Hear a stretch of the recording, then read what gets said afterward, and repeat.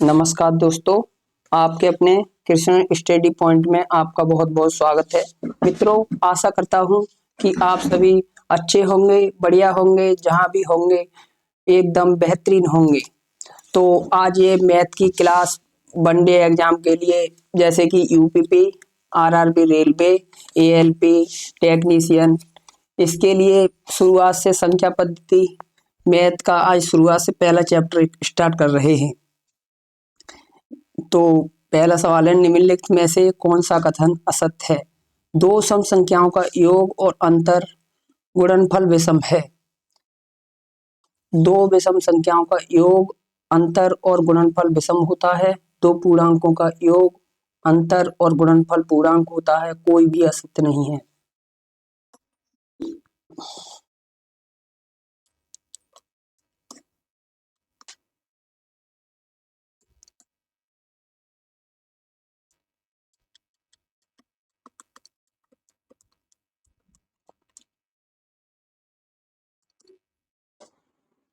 तो पहला, दो सम संख्याओं का योग 2 + 2 बराबर होता है 4।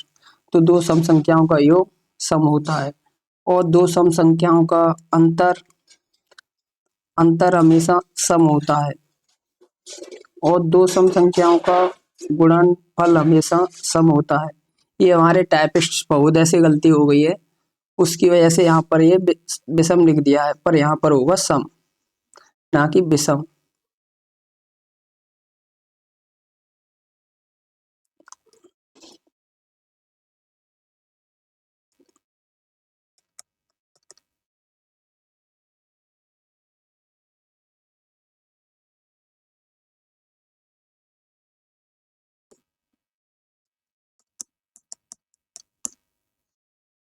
तो यहाँ पर लिख देते हैं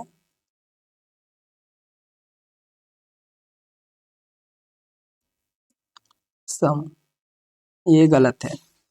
अब आगे, दो विषम संख्याओं का योग, अंतर और गुणनफल विषम होता है। तो दो विषम संख्या जैसे कि 3 और 3, दोनों का अंतर जो है वो सम होता है। और आगे 3 और उनका अंतर, विषम संख्याओं का अंतर भी सम होता है, जैसे कि 7 - 3 = 4। और इनका गुणनफल विषम संख्याओं का 3 × 3, जैसे 3 एक विषम संख्या है, 3 × 3 = 6। यही वाला गलत है, क्योंकि इसमें विषम बता रहा है और ये होता है सम। दूसरा सवाल, 1372 की पावर 134 का इकाई अंक है। तो पहले हम, जैसे कोई बड़ी घात हो, कोई भी घात हो, उसके लिए 134 है। जैसे 134 के लिए पहले 4 से भाग दे के देखेंगे कि इसमें कितनी बच रही है। तो 4 तिया 12, तो 12 के बाद में बचा 1, तो 4 तिया 12, यानी 2 की पावर 2 बराबर 4। इसका उत्तर होगा ऑप्शन बी।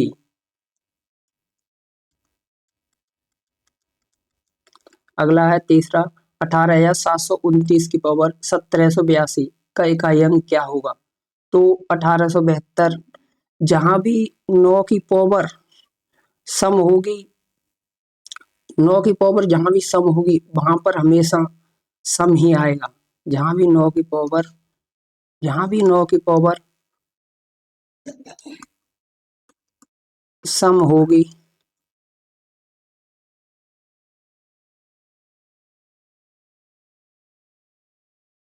वहां पर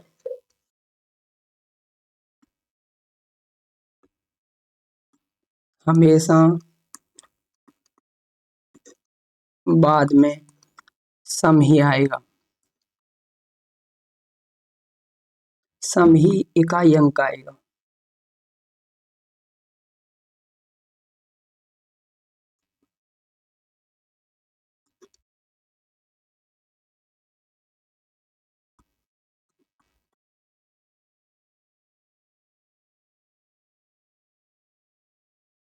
जैसे कि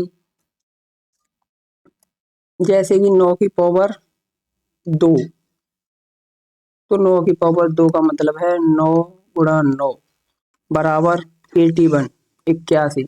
तो इसमें इकाई अंक एक आया है।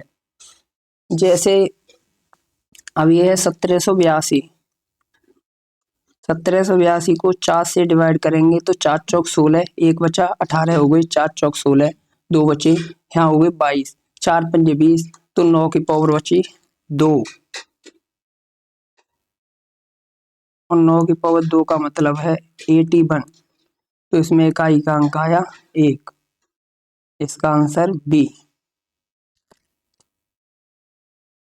अब ये आया चौथा सवाल है 125 की पावर 137 गुणा 736 की पावर 381 गुणा 691 की पावर 1001 का इकाई अंक क्या होगा। तो दोस्तों जैसे कि 125 है, और यदि पहले देखते हैं कि कोई भी 5 के साथ यदि कोई सम संख्या आती है तो उसका उसका इकाई अंक हमेशा 0 होता है। जैसे कि इसमें 5, जैसे कि इसमें 5 आया है और इधर आया है 6, इनकी जब आपस में गुणा करेंगे 5 गुणा 6, तो बराबर आएगा 30, और 30 की यदि 0 अंत में आ गया तो इसकी किसी भी जगह किसी भी अंक में या किसी भी संख्या में गुणा करेंगे तो उसका इकाई अंक हमेशा 0 आएगा। जैसे अलग 135 है, 135 के लिए 137 है, 137 के लिए 4 से भाग देंगे तो 4 तिया 12, एक बचा, और 4 17 हो गए, 4 चौक 16, फिर 5 की पावर 1 बचा, तो 5 की पावर 1 गुणा 736 की पावर 381, तो 381 यहाँ पर है, 381 के लिए 5 से भाग देंगे, सॉरी 4 से भाग देंगे,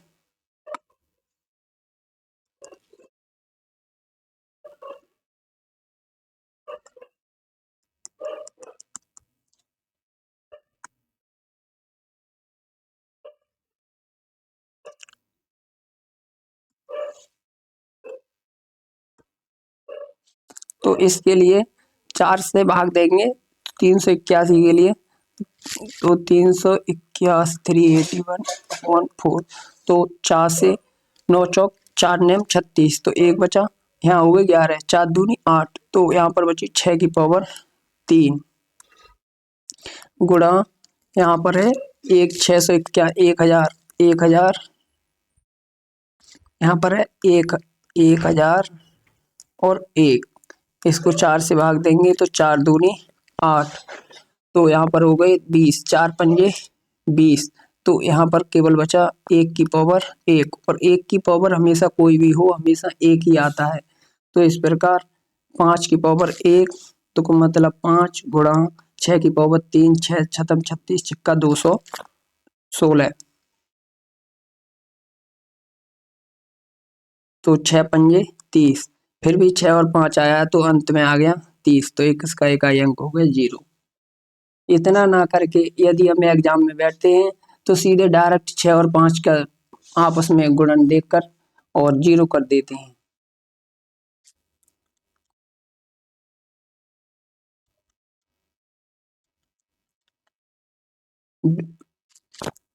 वह संख्या कौन सी है जिसके 8 गुना तथा 7 उसी के 7वें भाग का योगफल 741 है।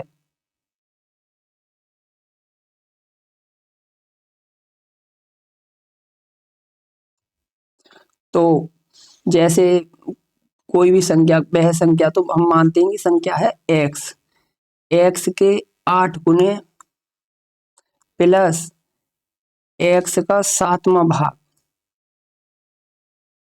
जो है वो है इतने, यानी 8x होगा, यहाँ पर 8x, 8x, तो इसका आंसर आएगा यानी 8x प्लस x/7, तो 8 सत्ते 56 और 1 57/7, 57x/7 बराबर 741, 741 को यहाँ पर 57 से भाग देंगे तो ये 19 बार कटेगा सीधा सीधा।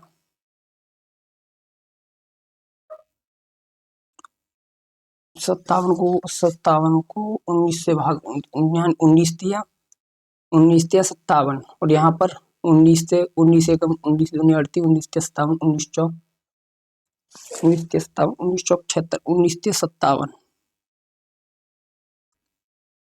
यहाँ पर 14 में 7 के 7 बचे और यहाँ पर 1 बचा।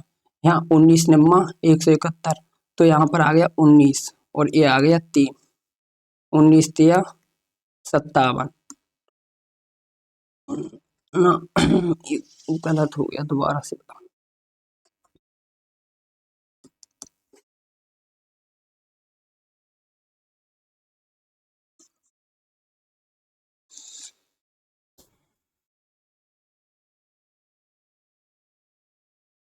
जैसे कि यहाँ पर सामने था 741, तो 741 के 19 19 19 के 57, यहाँ 3 आ गए और यहाँ पर आ गया 9, 39 आ गए। तो सीधे 39 गुणा 7 अपॉन में आएंगे 3, और 3 एकम 3, 3 3 9, 13 5 65, 13 6 78, 13 7 91। इसका आंसर आ गया 91। अब कह रहा है छठा सवाल है, मुर्गियां और भैंस के एक झुंड में पैरों की संख्या सिरों की संख्या के दुगने है, दुगने से 16 अधिक है, तो 16 अधिक है। जैसे कि सिर हैं, सिर की संख्या से दुगने 16 अधिक है, तो सीधे 16 अधिक है वो 4 पैर वालों की होगी, तो 2 से भाग दे देंगे, इसका मतलब 8। तो इसमें जो 4 पैर वाले पशु होंगे वो 8 होंगे।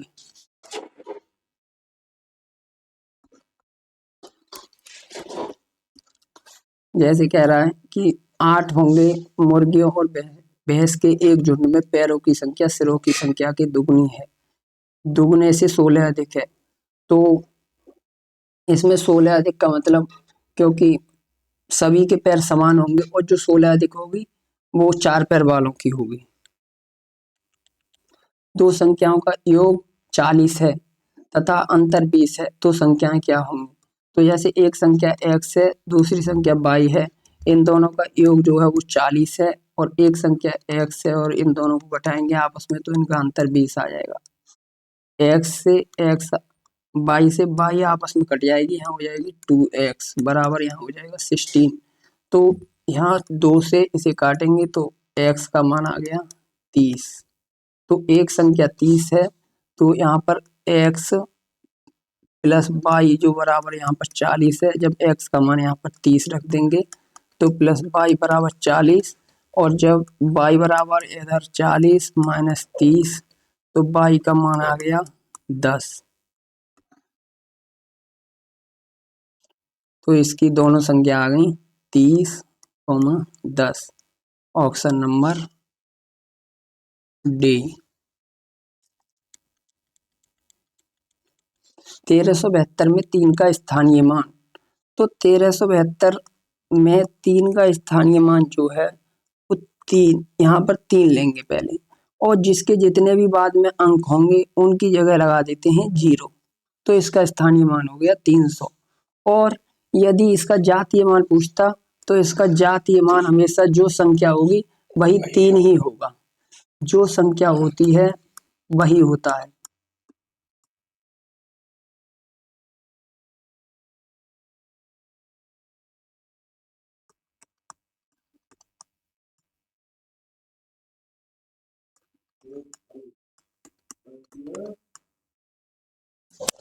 वही होता है।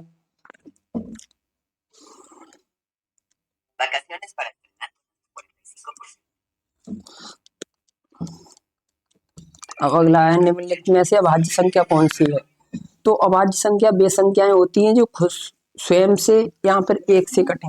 तो जैसे अभाज्य संख्या एक है, एक ना तो अभाज्य है और ना ही भाज्य है, एक को किसी में काउंट नहीं किया जा सकता, एक नेचुरल नंबर है, प्राकृतिक संख्या है। एक संख्या को 5 से विभाजित करने पर 12 भागफल तथा 3 शेषफल प्राप्त होता है, तो संख्या क्या है? तो ये होता है भाजक बराबर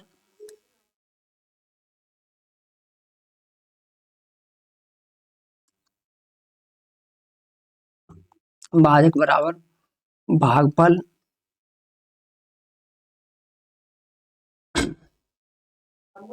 गुणा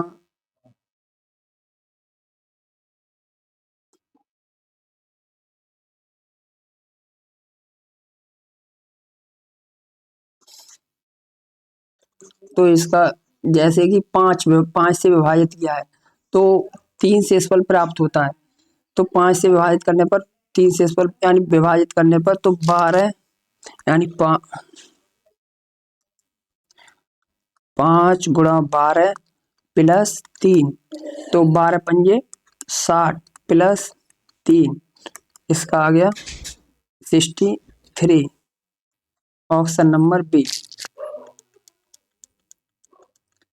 20 से 45 तक सभी पूर्णांकों का योग क्या होगा? तो पहली संख्या लेंगे, पहली संख्या 20 + 45/2 और इनको ब्रैकेट में बंद कर देंगे। फिर उसके बाद में जैसे 45 - 20 और +1 क्योंकि पहली संख्या गुणा अंतिम संख्या बाई 2 और बाद वाली संख्या में से जो पहली संख्या निकली हुई उन्हें घटा देते हैं और 1 जोड़ देते हैं। तो ये हो गया 65/2 65/2 इंटू इनमें 45 में से 20 गए तो यहाँ पर बचे 25 में से एक जाएगा तो इधर बचेंगे 24 और 24 2 से काटेंगे तो यहाँ आगे 12 बार 12×5 = 60 का सुपर हासिल लागे 6 12×5 = 72 72 और 6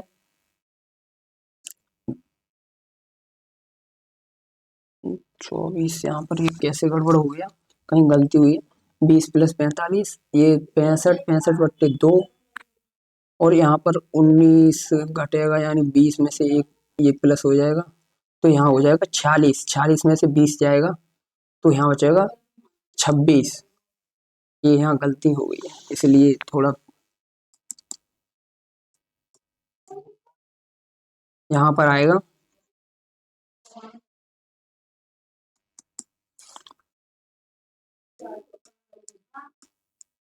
यहाँ पर आएगा 36 36 आएगा 26 आएगा 26 तो ये यहाँ पर आएगा 13 और 13×5 = 65 का 5 हासिल लागे 6 तो 13×5 = 65 13×6 = 78 78 और 6 84 84। ऑप्शन नंबर ए सही है। निम्न में से किन 43/8 निम्न में से किन दो संख्याओं के पूर्णांकों के बीच होगा? तो 43/8 जैसे यहाँ 43 लिखेंगे और उसके नीचे 8 होंगे। यहाँ पर बर इक्वल टू 43/8 × 40 तो 5 आ गया। उसके बाद पॉइंट लगा लिया यहाँ 30 तो 8 तिया 24 तो 5.3 आ रहा है। तो इसका मतलब ये 5.3 आ रहा है। यहाँ पर टाइपिस्ट से गलती हुई है क्योंकि 4 के बाद में यहाँ पर लगभग 6 होगा क्योंकि इनमें किसी में आ नहीं रहा।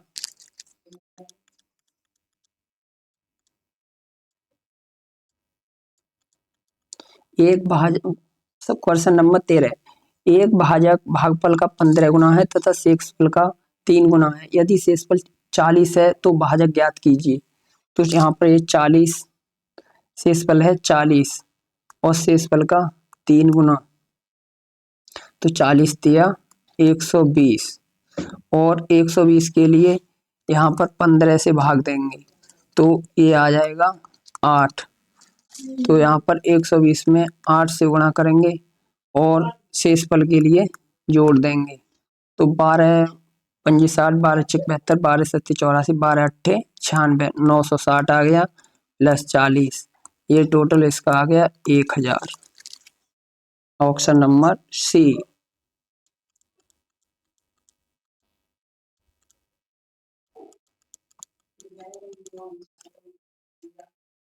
जब किसी संख्या क्वेश्चन नंबर 14 जब किसी संख्या को क्रमशः 3, 4 और 7 से विभाजित किया जाता है तो उस शेषफल क्रमशः 2, 3 और 6 प्राप्त होता है। तो पहले हम इनका अंतर चेक करते हैं। जैसे कि यहाँ पर 3 तीन, तीन में से 2 घटाएंगे तो 1 बचेगा। यहाँ पर 4, 4 में से 3 घटाएंगे तो 1 बचेगा। 7, 7 में से 6 घटाएंगे तो 1 बचेगा। तो इसमें सीधे इनका निकालेंगे एलसीएम। तो 3 चौक 12, 12 सत्ते 84, 84 और 1 85, यानी यहाँ पे 3, 4, 7 का लेंगे एलसीएम, जो कि एलसीएम आएगा 3 चौक 12, 12 सत्ते 84 प्लस 1 जो शेषफल वाला है उसे जोड़ दें, अंतर के लिए जोड़ देते हैं, तो ये हो गया 85। अब 42 से इसे भाग देंगे तो 1 बचेगा। 42 से भाग देंगे, 42 दूनी 1, 1 घटा देते हैं, 1 कम होगा तो यहाँ पर 83 बचेगा।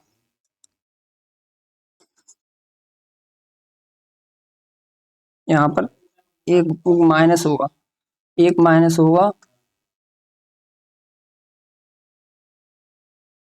तो यहाँ पर 1 माइनस होगा तो यहाँ 83 बचेगा। इसको 42 से भाग देंगे तो यहाँ पर 41 शेष बचेगा। पहला ऑप्शन ठीक है। निम्न में से कौन सी संख्या पूर्ण वर्ग नहीं है? तो जिस संख्या के अंत में 3 आ जाए वो संख्या पूर्ण वर्ग नहीं होती। जिन संख्या के अंत में जैसे 6 आएगा तो 6 के जस्ट पहले हमेशा विषम संख्या आएगी, और 1 आएगा तो 1 के ठीक पहले हमेशा सम संख्या आती है। ये वर्ग के नियम होते हैं। और जैसे 3 है तो इसमें ऑप्शन डी विषम वर्ग यानी पूर्ण वर्ग संख्या नहीं है। यदि दो संख्याओं का योगफल 11 है और उनके वर्गों का योगफल 65 है तो उनका गुणनफल कितना होगा? दो संख्याओं के दो संख्याओं का योगफल 11 है और उनके वर्गों का गुणनफल 65 है, तो उनका गुणनफल कितना होगा?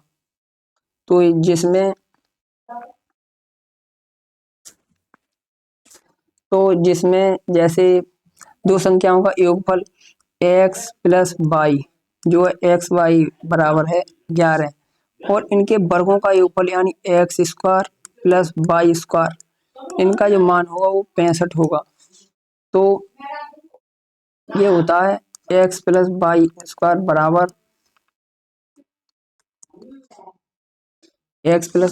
बराबर इसमें एक्स प्लस वाई स्क्वायर बराबर x square plus y square plus 2xy। तो इसमें इनका गुणनफल हो जाए तो x प्लस वाई का यानी इनका योग का उनके वर्गों का योगफल यानी स्क्वायर, तो ये यहाँ पर रख देंगे 65, और प्लस इनका योग दोनों का 2, और इनका योग है यहाँ पर योग है 11, और 11 का रख देंगे स्क्वायर, तो 11 11 121 बराबर 65 प्लस 2xy। तो यहाँ पर 65 में से 121 आएंगे, 121 में से 65 आएंगे, तो यहाँ 11 11 में तो 5 के यहाँ 6 बच्चे, यहाँ पर रह गए 11 11 में 6 के 56 अब अपॉन 2xy, 2 से काटेंगे 2 दूनी 4 और 2 अट्ठे 16, तो xy का मान आ गया 28, और यही हमसे पूछा था।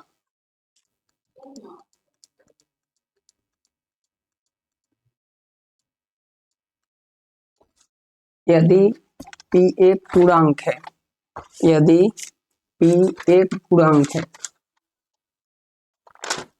यदि p एक पूर्णांक है तो इसमें पहले हम इनके फैक्टर करते हैं। सभी के फैक्टर जैसे करेंगे, यहाँ पर पहले के फैक्टर करेंगे जैसे p स्क्वायर गुणा 13 गुणा 3 गुणा 2 गुणा 2, ये हो गए यानी 13 3 39, 39 दूनी ये 156 हो गए यहाँ तक। फिर अगले 135 के करेंगे 5 गुणा 3 गुणा 3 और गुणा 3, ये हो गए इसके। तो इसके अब यहाँ से अगले नंबर पर पी स्क्वायर गुणा 13 गुणा 3 गुणा 2 का स्क्वायर गुणा 5 गुणा 3 3 का 3 गुणा 3 गुणा 3 बराबर पी स्क्वायर गुणा 13 गुणा 3 गुणा 2 का स्क्वायर गुणा 5 गुणा 3 और गुणा 3 3। तो इसमें जो है वो पी का पूर्णांक जो है वो न्यूनतम मान कम से कम हम इसमें 7 रख सकते हैं। निम्न में से कौन एक अपरिमेय संख्या है? पाई, क्योंकि ये सभी परिमेय संख्या है। 5 अंकों की सबसे बड़ी और सबसे छोटी संख्या के बीच अंतर क्या होगा? 5 अंकों की सबसे बड़ी संख्या 9999 होती है और 5 अंकों की सबसे बड़ी संख्या, इनका अंतर। तो यहाँ 9 के 9, यहाँ 9 के 9, 9 के 9, 9 में से 0 गया 9, यहाँ आगे 8। ऑप्शन नंबर 89 है 999। राहुल अपने बैंक खाते से 378 रुपये, राहुल के बैंक खाते में 378 रुपये शेष हैं और 127 रुपये निकालने और 527 रुपये दशमलव 86 रुपये जमा करने के बाद उसके पास कितनी धनराशि होगी? तो राहुल के बैंक के अकाउंट में है 378.82। तो उसने इनमें से यानी 527 रुपये और 0.86 ये जमा करने हैं उसके लिए। इन्हीं में से 127.80 घटा देते हैं, जो कि यहाँ 6 के 6, 8 में से 8 गया सुपर, 7 में 7 गया सुपर, 0, 5 में से 1 गया 4। तो इतने रुपए उसके पास जमा करने के बाद शेष बचे, तो इनके लिए इसमें ऐड कर देते हैं 400.06। 8 6 और 2 8, 8 के 8, 8 7 4 और 3 7, 77 पॉइंट। Option number A.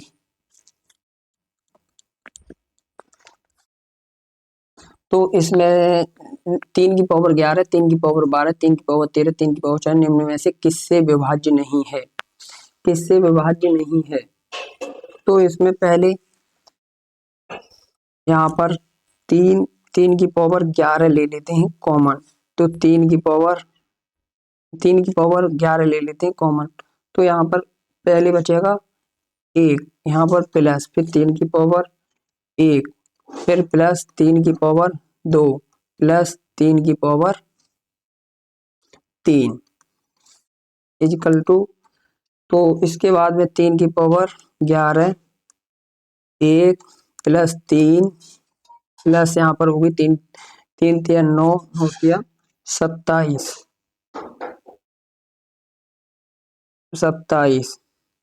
ये यहाँ पर। तो इसके लिए आप उसमें ऐड कर लेंगे अंदर वालों के लिए, तो 9 और 1 10, 10 और 30 यहाँ हुए 40।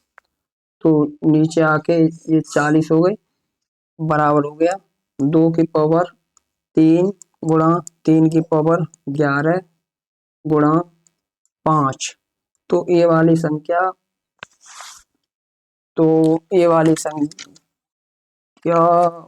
इसमें 3 की पावर 11 आ गई और 3 की पावर 11 आ गई, 3 और 2 की पावर 3, इसका मतलब 8 हो गया और 5 हो गया। तो ये वाली संख्या 13 से विभाज्य नहीं होगी, शेष सभी से विभाज्य हो जाएगी। और जैसे अब अगला टॉपिक है इकाई अंक। इकाई अंक जैसे कि इकाई अंक में कोई भी संख्या लें, जैसे 5 3 2 और 2, ये वाली संख्या ले ली तो इसका इकाई अंक होगा हमेशा 2। और जैसे ये संख्या 5 3 2 और 2 और 0.86, अब इसमें इकाई का अंक, इसमें भी इकाई का अंक 2 ही होगा, ना कि 6। अब जैसे हम इनमें मल्टीपल करेंगे, मल्टीपल यानी गुणा करके कोई भी संख्या सही, इसके लिए गुणा में यदि इकाई का अंक पूछता है जैसे कि 5 3 2 5। अब ये है, अब इसमें इकाई का अंक पूछता है और यहाँ दशमलव लग रहा है और आगे संख्या है, तो हम इनमें ना कि ये वाला इकाई का अंक होगा, इनमें आपस में दोनों गुणा करेंगे और इसके बाद में 3 और 2 की गुणा होगी आपस में, तो इसका इकाई अंक हमेशा 6 ही होगा। तो अब जैसे अब आगे चल के इसमें ये तो पहला स्टेप हो गया और ये सेकंड हो गया। अब जैसे इसमें और अगर आगे अगर तीसरा कोई स्टेप, जैसे कि आगे इसमें पूछता है कि जैसे इसमें स्थानीय मान पूछता है ज़्यादातर 5 3 2 1। अब इसमें पूछेगा कि 3 का स्थानीय मान बताइए, तो 3 का स्थानीय मान 300 हो गया। और यदि इसमें पूछेगा इसका जातीय मान, तो जातीय मान 3 हो गया। तो अब ये आज की क्लास यहीं पर समाप्त होती है। आगे आगे जो भी कल आने वाले टाइम में इसी का दूसरा पार्ट आएगा।